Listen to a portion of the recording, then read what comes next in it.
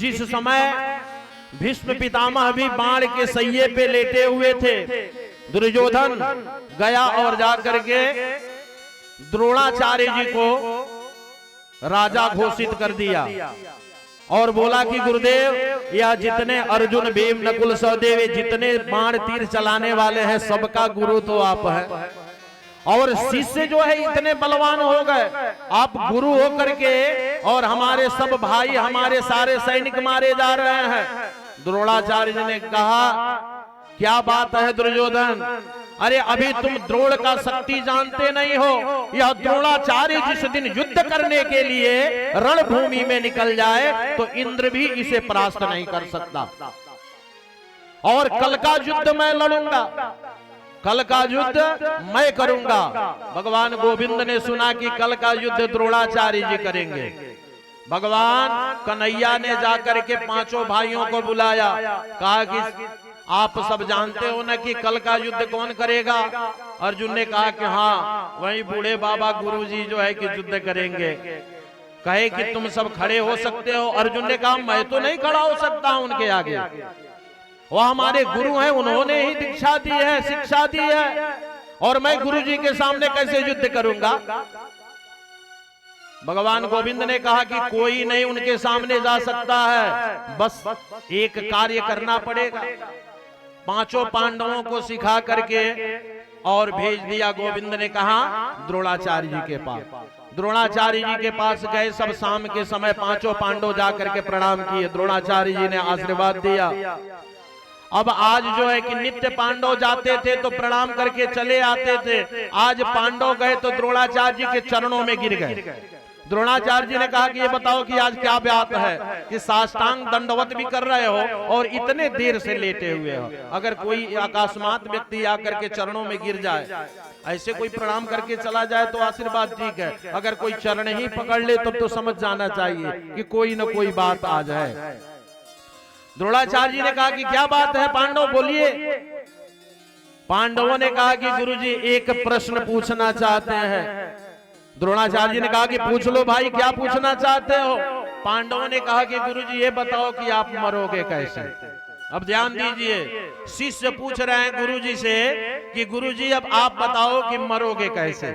यहाँ परीक्षित का जन्म की कथा श्रवण करा रहे हैं सूत जी महाराज। कहे कि गुरुजी आप मरोगे कैसे। द्रोणाचार्य ने कहा कि देखो पांडव, ये जब तक द्रोण के हाथ में धनुष और बाण है तब तक इस द्रोणाचार्य को इंद्र भी परास्त नहीं कर सकता, और कोई माई का लाल नहीं है कि इसे हरा सकता है। और जिस दिन मैं अपने हाथ से इस धनुष बाण को फेंक दूं तो फिर इस निहत्थे को एक बालक भी आकर के मार देगा। पांडवों ने कहा कि गुरुजी आप बाण और धनुष फेंकोगे कैसे, ये बताओ कब फेंकोगे। अब एक गुरु भी कैसे होते थे कि सब कुछ अपने शिष्य को बताते थे।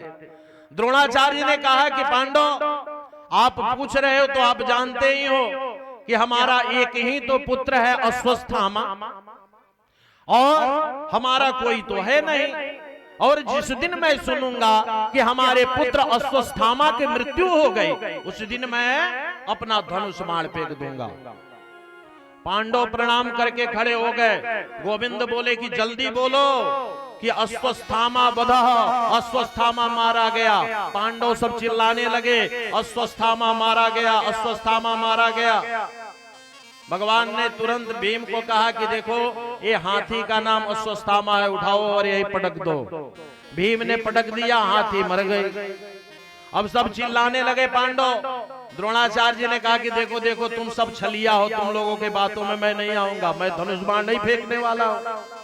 हाँ, अगर युधिष्ठिर कह दिए कि मैं अश्वत्थामा मारा गया तब तो मैं फेंक दूंगा धनुष बाण।